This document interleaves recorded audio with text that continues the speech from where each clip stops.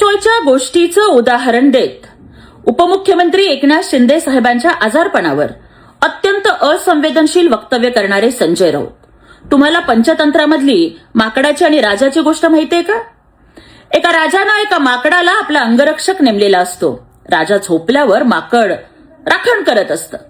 एक माशी उडत येऊन राजाच्या नाकावर बसते आणि माकडाला इतका राग येतो की पुढ्यात पडलेली तलवार उपसून माशी हकलण्याच्या नादात तो राजाचं नाक कापून टाकतो. अशाच मरकट लीला तुम्ही रोज करताय आणि तुमच्या पुढ्यातल्या माध्यमांची तलवार वापरून तुमच्याच गटाचं, तुमच्याच नेत्याचं नाक तुम्ही रोज कापताय.